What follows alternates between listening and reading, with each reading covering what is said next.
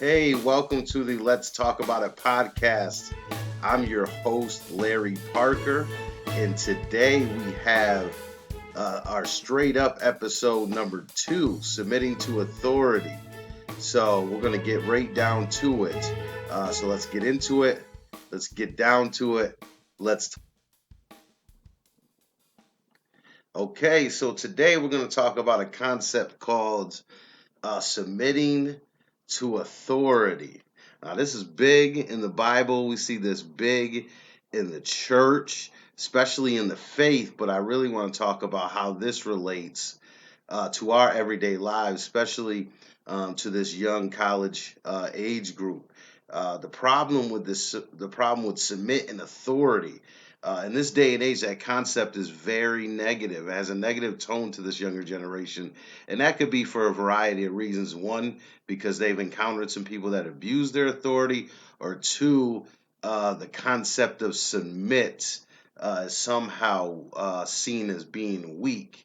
But I don't believe that's entirely true. And I think the Bible teaches the complete opposite of that. And I believe that, in fact, if we can somehow master this ability to submit to authority and recognize the authority in our lives, that this will produce something out of us, blessings or encounters in our lives that we're probably lacking due to this fact that we're not submitting to these authorities.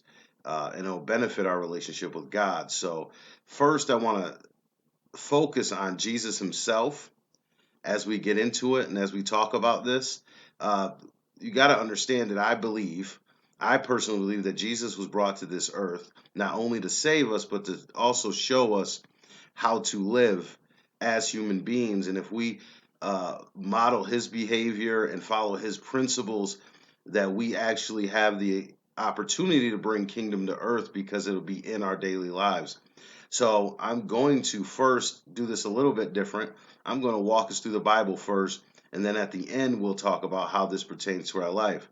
So when we think of authority, that authority, or if we think that we are leaders, that means we have nobody to answer to.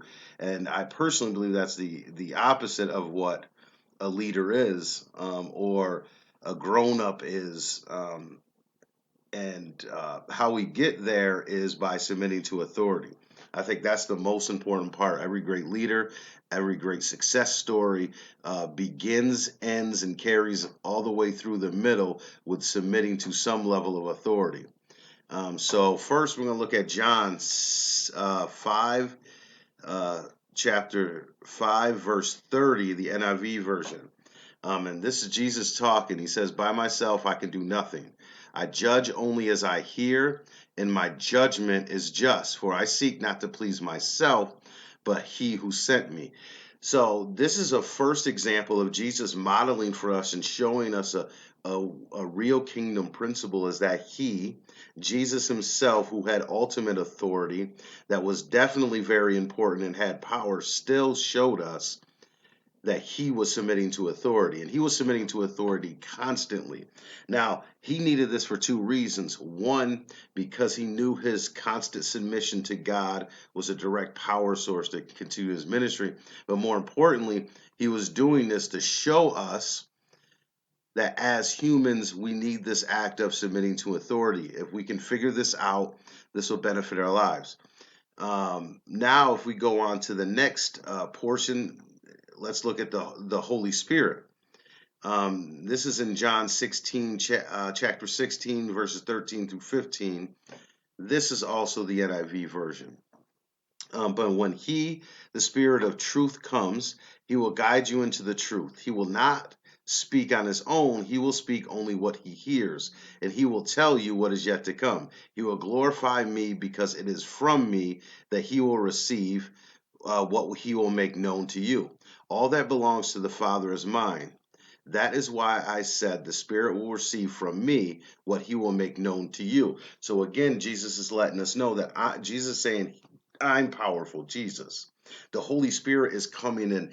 The Holy Spirit is powerful, but the Holy Spirit also has a submission to authority with him.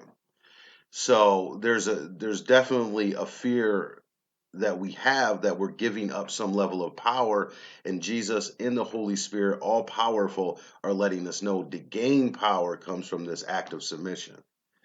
I think that's very important for us to look at, very important for us to pay attention to, um, as we look into our lives. So later in Romans, I wanted to add some more onto this, and that's Romans chapter 13, verses 1 through 5. And I'm only going to read a first couple verses and then bounce down to 5. So, verse 13 says, "Let everyone be subjected to the governing authorities, for there is no authority except that which God has established.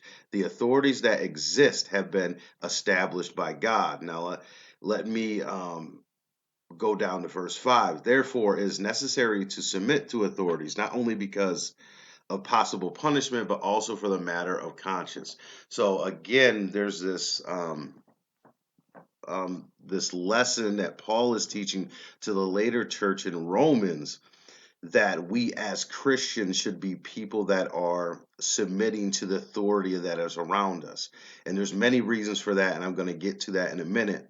But first, understand, first we have to come with the right perspective. One, Jesus is all powerful and has all authority. So that has to mean something when he says, "I don't do anything on my own will."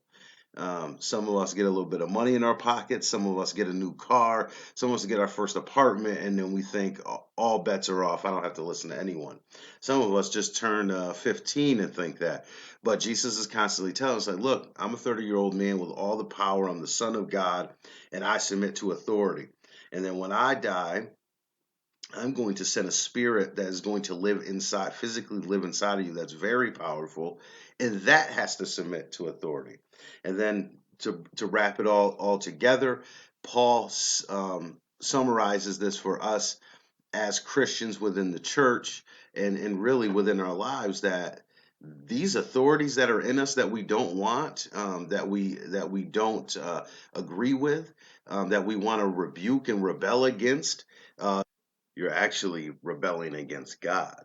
Now, look, I understand that the world and society says you're successful if you're independent, you're your own man, your own woman, but I think the Bible lays this out, of submitting or developing that trait of submitting to those around us, as truly the tool to gain success in your life.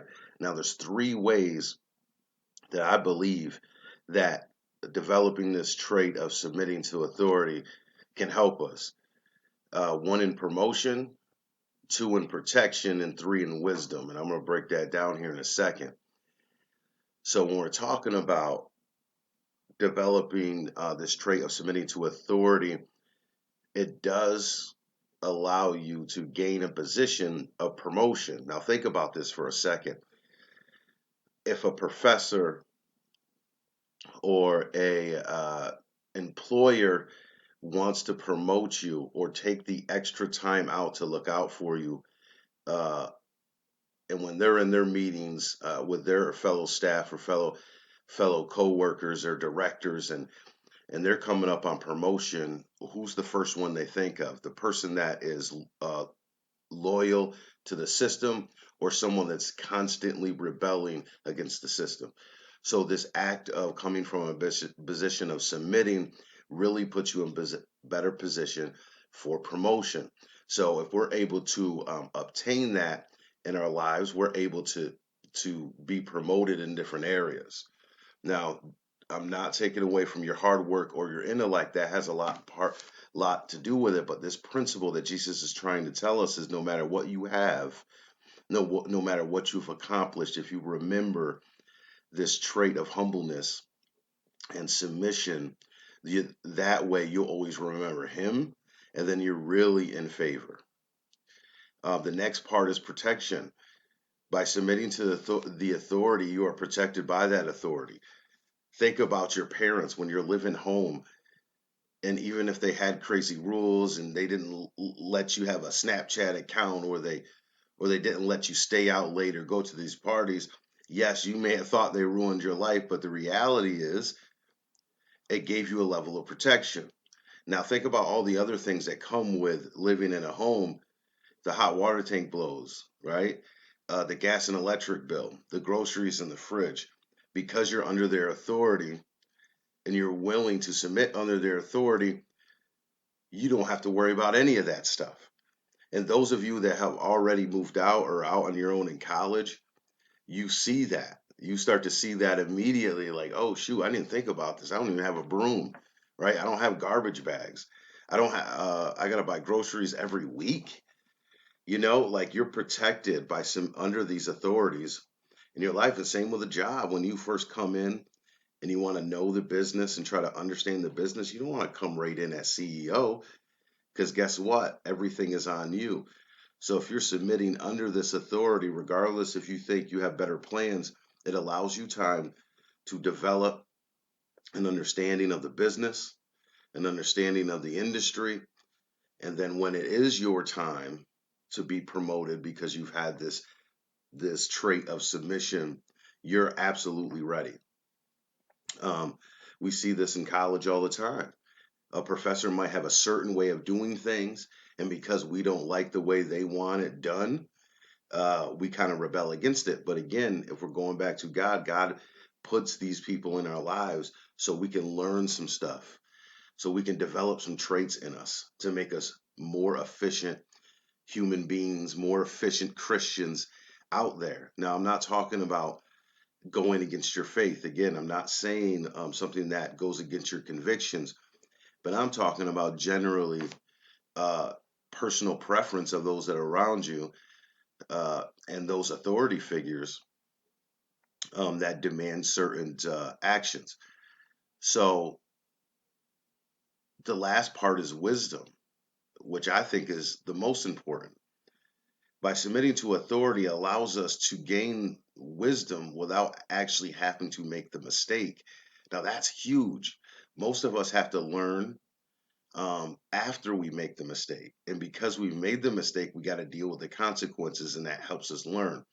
But if we develop this trait of submitting to authority, it allows us to learn before the mistake ever takes place. So therefore, you're not stuck with the consequence. For example, go back to the professor example, right? So say you're a freshman, and an upperclassman tells you a story about how they had this certain professor in their freshman year, and they rebelled and refused to do homework or did it their own certain way, and because of that, they failed the class and had to take it over the summer break. Now, them telling you this allows you to learn from that mistake now and not have to take those classes again, not have to get that F on your transcript. Same with an employer. Someone that's been there 4 or 5 years, they see you come in and say, look, man, the boss, he doesn't like it. Uh, when you ask too many questions in a meeting, for example, he doesn't like it. It rubs him the wrong way because I did it last year and he kind of got on me for it. Now you can look at that story and be like, okay, well, I'm not going to be in that position. And this leaves me in better position for promotion, protection, and wisdom because I can learn from the mistake early, learn how to adjust, pay attention to the supervisor's uh, character and the traits and what they like and don't like, and then make my adjustments. So, again, just to go back through them again, by submitting to authority, we're set up for promotion, right?